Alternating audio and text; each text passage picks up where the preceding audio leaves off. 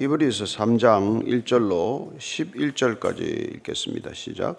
그러므로 함께 하늘의 부르심을 받은 거룩한 형제들아, 우리가 믿는 도리의 사도이시며 대제사장이신 예수를 깊이 생각하라. 그는 자기를 세우신 이에게 신실하시기를 모세가 하나님의 온 집에서 한 것과 같이 하셨으니, 그는 모세보다 더욱 영광을 받을 만한 것이 마치 집 지은 자가 그 집보다 더욱 존귀함 같으니라. 집마다 지은이가 있으니 만물을 지으신 이는 하나님이시라. 또한 모세는 장래에 말할 것을 증언하기 위하여 하나님의 온 집에서 종으로서 신실하였고, 그리스도는 하나님의 집을 맡은 아들로서 그와 같이 하셨으니, 우리가 소망의 확신과 자랑을 끝까지 굳게 잡고 있으면 우리는 그의 집이라. 그러므로 성령이 이르신 바와 같이 오늘 너희가 그의 음성을 듣거든 광야에서 시험하던 날에 거역하던 것 같이 너희 마음을 완고하게 하지 말라. 거기서 너희 열조가 나를 시험하여 증음하고 40년 동안 나의 행사를 보았느니라. 그러므로 내가 이 세대에게 노하여 이르기를, 그들이 항상 마음이 미혹되어 내 길을 알지 못하는도다 하였고, 내가 노하여 맹세한 바와 같이 그들은 내 안식에 들어오지 못하리라 하였다 하였느니라. 아멘. 당시 예수 믿는 게 오늘날 우리가 예수 믿는 것보다 쉬웠다고 생각하지는 않겠죠. 그때도 어려웠고 지금도 어렵습니다. 예수님을 절대적 가치로 우리가 믿는다는 것은 모든 가치를 상대화하는 이 세상의 풍조와 정면으로 배치되기 때문에 그렇죠. 이것만이 길이다, 이것만이 답이다, 이렇게 살아가는 사람들은 모든 것이 답이 될 수 있다고 생각하는 사람들과 근본 뿌리부터 다르기 때문에 부딪힐 수밖에 없는 것이죠. 따라서 당시 예수님을 믿었던 유대인들 출신이건 이방인들 출신이건 그들은 양쪽으로부터 어떻게 보면 협공을 받은 셈이에요.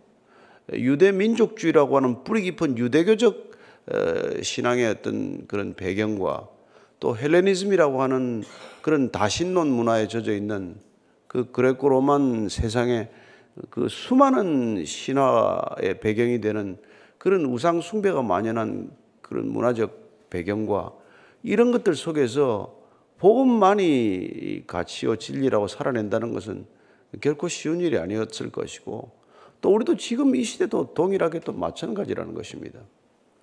그래서 종교 통합 운동을 벌이는 사람들 입장에서는 가장 거추장스러운 게 이 복음만이 길이라고 진리라고 예수만이 답이라고 믿고 살아가는 사람들은 어떤 종교로부터도 배척을 받게 돼 있고, 종교가 없는 사람들에게서나 종교를 가진 사람들에게서나 다 같이 배척을 받게 되어 있다는 것.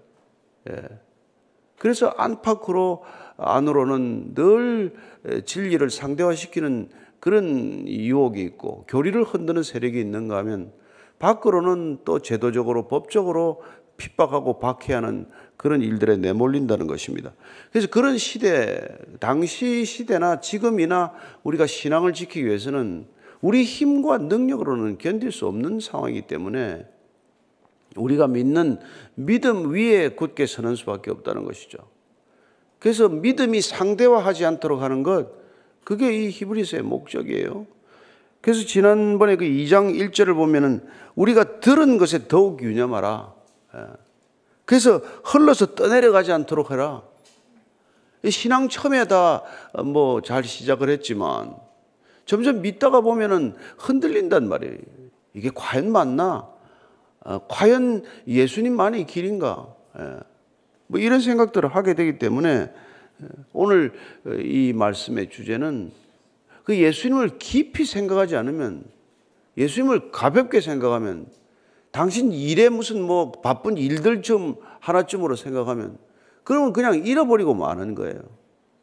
예수님을 떠내려 보내는 게 아니라 자기가 떠내려 간단 말이에요. 그래서 오늘 1절 이렇게 말하는 것입니다. 시작. 그러므로 함께 하늘의 부르심을 받은 거룩한 형제들아, 우리가 믿는 도리의 사도이시며 대제사장이신 예수를 깊이 생각하라. 깊이 생각하라. 예수님을 깊이 묵상하라. 우리가 하루 종일 많은 생각을 하고 살겠지만 예수님을 하루 종일 묵상하는 생각의 가닥을 놓쳐서는 안 된단 말이죠. 우리는 뭐 생각해봐야 뭐 도움되는 생각도 별로 없잖아요. 그래서 생각을 꺼냈는데 예수님이 누구신지를 깊이 생각하는데 오늘 이 히브리서 기자는 놀랍게도 그분은 사도이시며 대제사장이다. 예수님을 사도로 표현한 거 들어보셨습니까? 예수님을 대제사장이라고 부르는 거 보셨어요?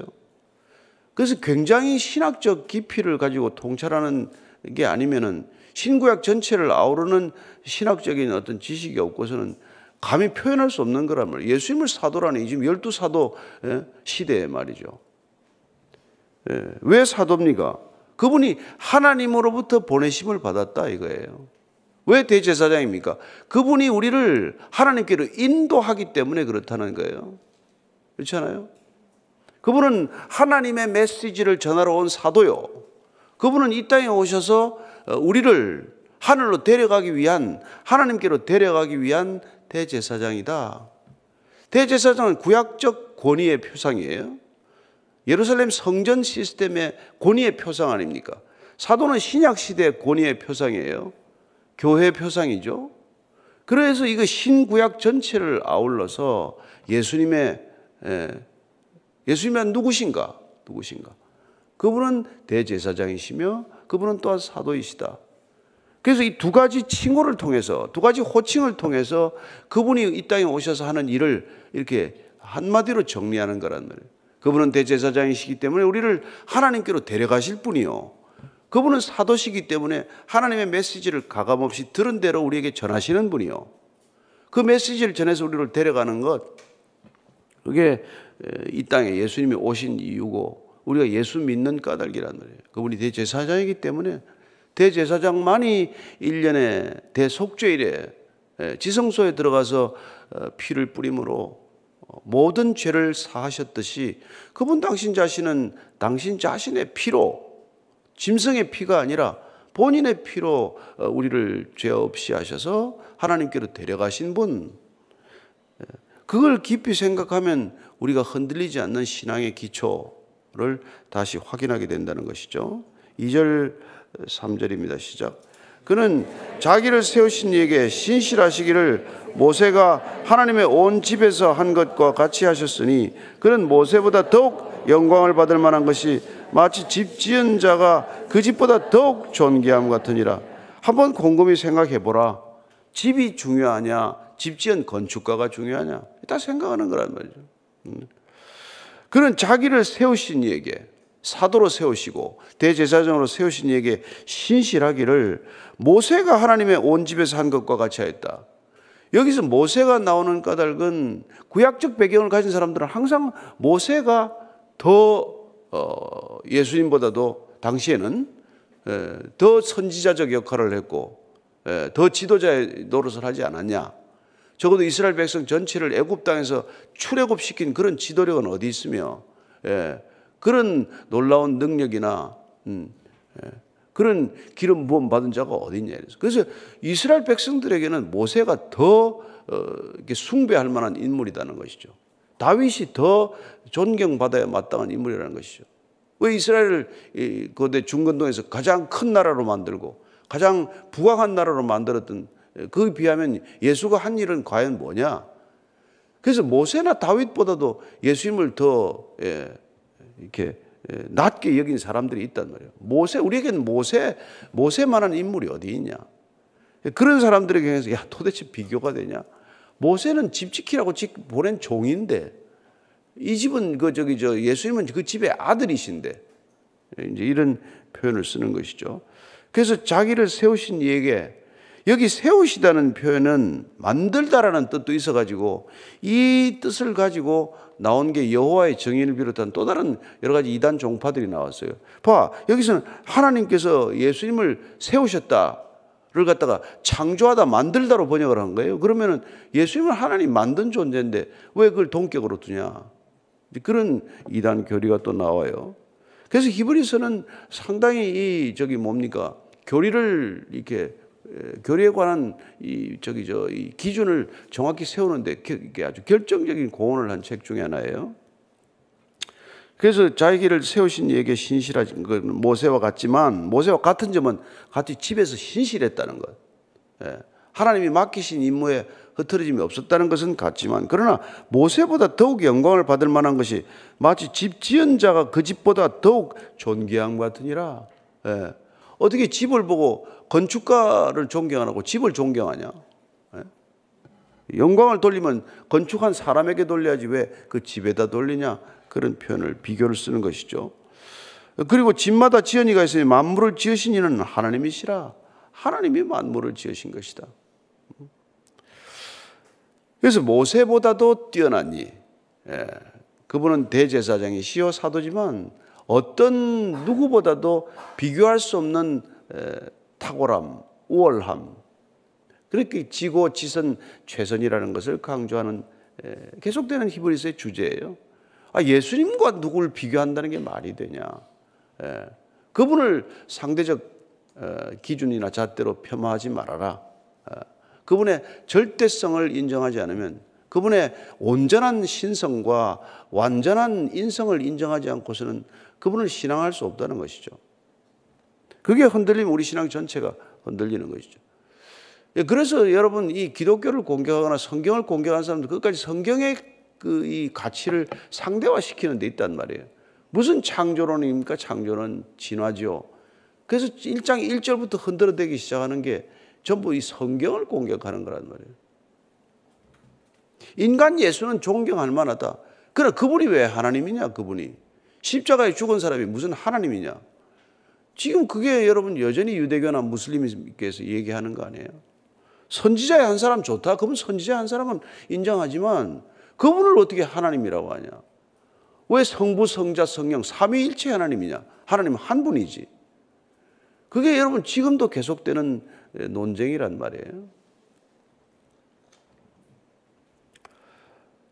그래서 우리가 이 삼위일체 하나님에 대한 분명한 이게 믿음이 없으면 그런 것들에 우리가 뭐 그냥 한숨에 넘어지는 그런 시험에 들고 마는 것이죠.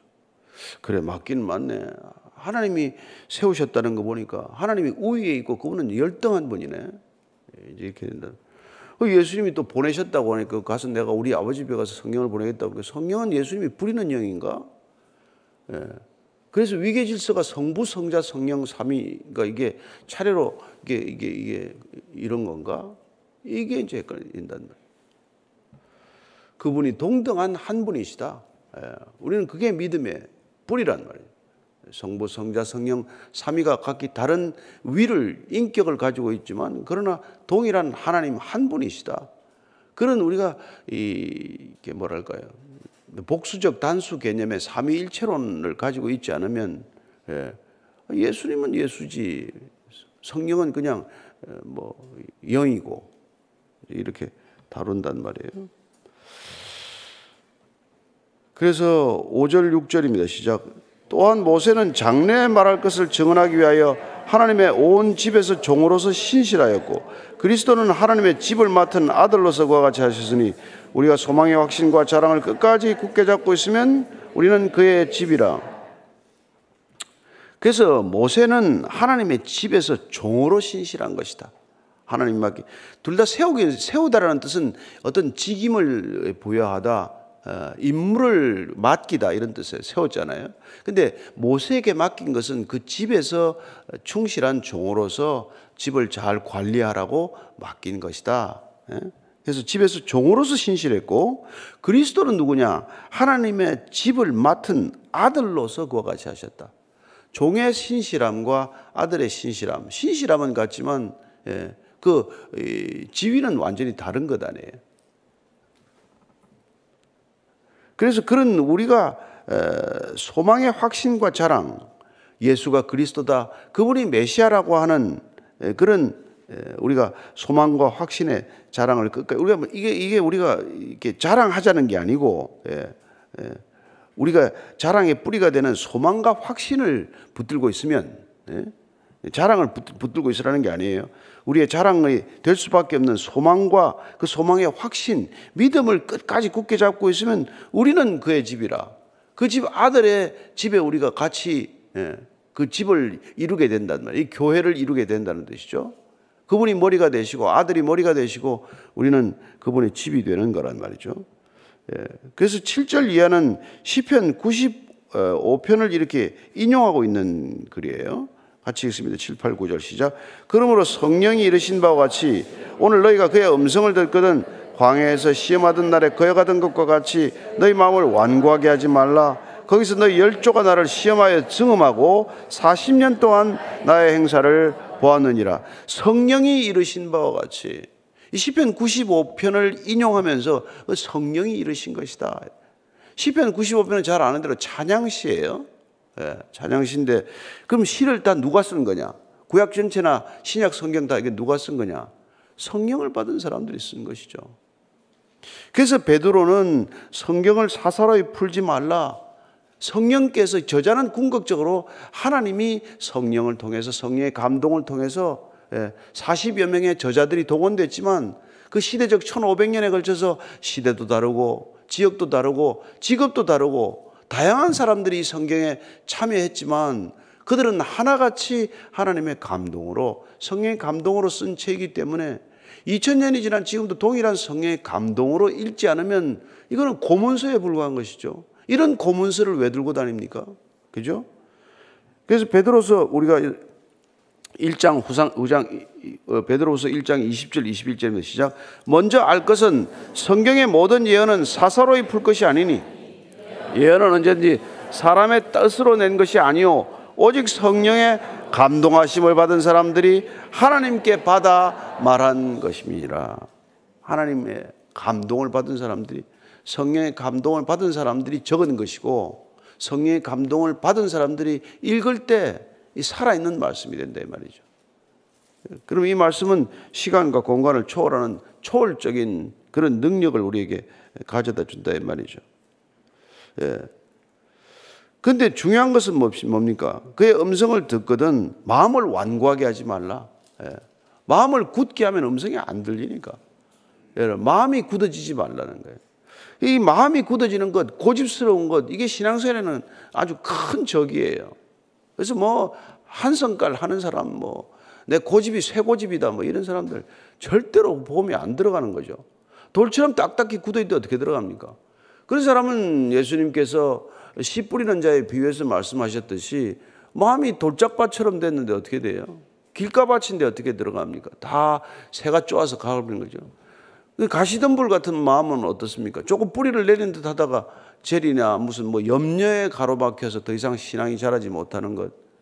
마음이 아주 부드러운 옥토밭처럼 되어야 말씀이 뿌리를 내리고 열매를 맺게 된다. 그런 비유를 들어 설명하지 않았습니까? 그래서 마음이 굳은 것, 마음이 완고한 것, 고집스러운 것, 마음이 강팍한 것, 이거 성경에서는 가장 좋지 않다는 것이죠. 그래서 이게 보면은 미리 이게 한번 우리에게 이게 오늘 마음 고집에 관한 얘기를 조금 찾아볼 텐데 여러분들이 전범 신앙 안에서도 고집을 부리는 사람이 있어요. 선뜻 잘못 자기가 알고 있는 것에 대해서 아주 완고한 사람들이 생깁니다. 잠언 28장 14절 한번 읽겠습니다. 잠언 28장 14절 시작. 항상 교회는 복되거니와 마음을 완악하게 하는 자는 재앙에 빠지리라. 왜 재앙에 빠지냐? 고집 부리다가 재앙에 빠진다. 마음을 완고하게 완악하게 먹다가 고집 부린다는 것입니다. 또 에스겔서 3장 7절입니다. 시작. 그러나 이스라엘 족속은 이마가 굳고 마음이 굳어 내 말을 듣고자 아니하리니 이는 내 말을 듣고자 아니함이니라. 에스겔 내 말도 안 들을 건데 그건 왜 내 말 안 듣느냐면 내 말도 하나님의 말도 안 듣는데 내 선지자의 말을 듣겠냐 이 말이에요. 그게 보니까 이마가 굳고 마음이 굳어서 말씀이 안 들리는 사람이 된다는 거예요. 다 같이 와서 예배 드렸는데 다 같이 설교를 들었는데 다 같이 성경을 읽었는데 아무 깨달음이 없는 사람이 있고 아무 마음에 묵상이 안 생기는 사람이 있단 말이에요. 그게 왜냐? 마음이 다 돌처럼 굳어서 그렇다는 거예요. 예수님께서도 마가복음 8장 7절 같이 시작. 17장 17절 시작. 예수께서 아시고 이르시되 너희가 어찌 떡이 없으므로 수군거리냐? 아직도 알지 못하며 깨닫지 못하느냐? 너희 마음이 둔하냐? 이 마음이 굳어 있느냐? 마음이 굳어 있느냐? 여러분 우리가 운동할 때 몸 푼다고 뭐 그런 얘기 표현을 쓰지만은 이렇게 몸이 이렇게 굳어 있으면은 뭐 이렇게 사고가 생기고 몸이 다치지 않습니까? 마음이 굳어 있으면은 정말 인생을 다친다는 거예요. 재앙이 온다는 거예요. 제발 마음을 좀 그렇게 하지 말라 이 얘기를 하는 것입니다. 그리고 너희들 열조들이 그 완악한 마음 때문에 40년을 전전하다가 끝내 가나안 땅에 못 들어가지 않냐 그 얘기하는 거죠. 시편 95편 얘기예요. 10절 11절입니다. 시작. 그러므로 내가 이 세대에게 노하여 이르기를 그들이 항상 마음이 미혹되어 내 길을 알지 못하는도다 하였고 내가 노하여 맹세한 바와 같이 그들은 내 안식에 들어오지 못하리라 하였느니라. 그 마음이 완악한 세대들이 결국은 이 안식에 못 들어간다. 그들은 내 길을 알지도 못하고 길을 가리켜도 가지도 않고, 주님께서 오셔서 내가 곧 길이라고 해도 주님 안 믿고, 내가 곧 진리라 그래도 그 진리 거짓에는 속아 넘어가도 진리는 절대로 붙들지 않고 그렇잖아요. 그래서 내가 안식에 못 들어온단 말이에요. 마음이 완악한 사람들, 강팍한 사람들에게는 안식이 없다. 이 안식은 네 가지 뜻을 가지고 있어요. 첫째는 어떻습니까? 우리가 말하는 안식일에 안식일이 없는 거죠. 안식일이 없다. 진정한 안식일이 없다. 마음이 굳은 사람들에게는 안식일이 없는 것과 마찬가지라는 거예요. 그 다음에 우리가 물리적으로 가나안 땅에 못 들어간다. 그런 뜻이기도 해요. 그렇잖아요. 이스라엘 백성들이 내 안식에 못 들어갔다는 것은 40년 동안 전전하다가 광야 1세대가 모세와 여호수아와 갈렙 빼놓고는 다 거기서 광야에서 죽는단 말이에요. 완악했기 때문에 거기서 다 죽고 만단 말이에요. 그래서 실제적으로 가나안 땅에 못 들어간다. 그런 뜻이기도 해요. 그러나 신약시대 오면 우리가 안식에 못 들어간다는 뜻은 그리스도와의 관계로 회복된 평강과 그 쉼에 못 들어간다. 그런 뜻이기도 하죠. 그리고 궁극적으로 우리가 보면은 이게 우리가 가야 될 영적 가나안, 우리가 영원한 생명을 누려야 할 그 영원한 안식에도 못 들어간다 이 얘기란 말이에요.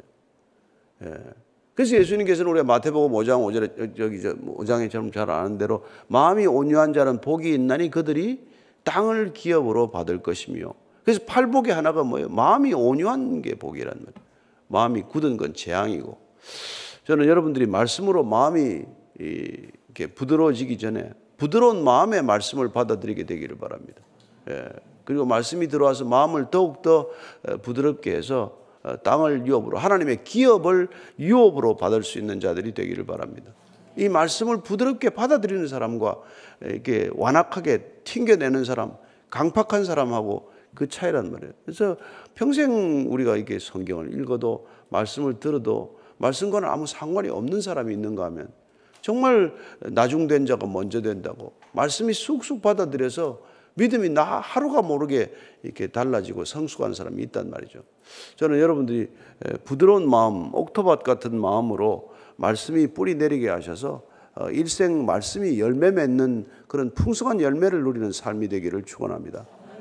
오늘 기도할 때 하나님 제 마음밭이 옥토밭 되게 하셔서 성경을 읽을 때 정말 말씀이 제 마음에 스펀지가 물을 빨아들이듯 그렇게 말씀이 내 마음판에 모두 다 뿌리 내리게 하셔서 30배, 60배, 100배의 열매 맺는 인생이 되게 하여 주옵소서. 그 열매 내가 먹지 않고 남에게 다 나눠주기를 원합니다. 요셉의 무성한 가지가 담을 넘어 수많은 열매가 남들에게 이웃에 복이 되었듯이 그렇게 우리 인생 누군가에게 선물이 되고 우리의 인생의 열매 누군가에게 선물이 되는 그런 아름다운 생애가 되게 하여 주옵소서. 같이 기도하겠습니다. 하나님 아버지, 오늘도 광야와 같은 메마른 세상 살아가지만 하나님, 그러나 이 세상 홀로 가지 않게 하고 성령님 함께 하셔서 늘 성령의 열매 9가지 열매가 우리 인생 가운데 주렁주렁 맺히게 하실 줄로 믿습니다.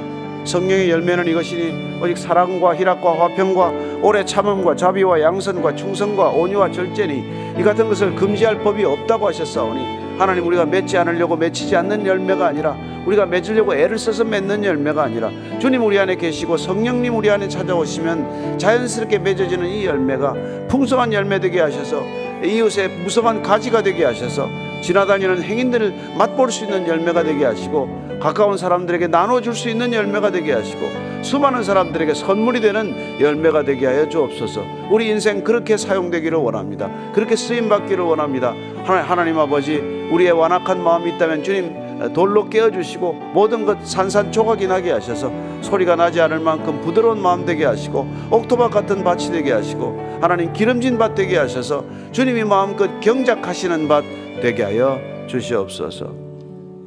하나님 아버지, 모든 영적 전투가 우리들의 마음, 생각에서 정말 승부가 가려지는 것 잘 압니다. 오늘도 그 영적 전장터와 같은 우리의 마음, 우리의 생각 속에 하나님의 말씀이 뿌려지게 하시고 뿌리 내리게 하시고 열매 맺게 하셔서 하나님 말씀으로 승리한 인생들 되게 하여 주옵소서. 이제는 십자가에서 우리에게 승리할 말씀을 부어주신 우리 구주 예수 그리스도의 은혜와 말씀의 열매를 가진 자마다 환영하시는 하나님 아버지의 사랑과 날마다 이 세상의 메시지에 귀를 막고 눈을 돌리고 오직 하나님의 말씀에 눈과 귀를 열어놓는 그렇게 인도하시는 성령님의 기름 부으심이 오늘 다시 한번 말씀이 우리 마음밭에서 열매 맺기를 원하는 이전에 고개 숙인 모든 말씀의 사람들, 진정한 믿음의 형제 자매들 위해 지금부터 영원까지 함께 하시기를 간절히 축원하옵나이다. 아멘.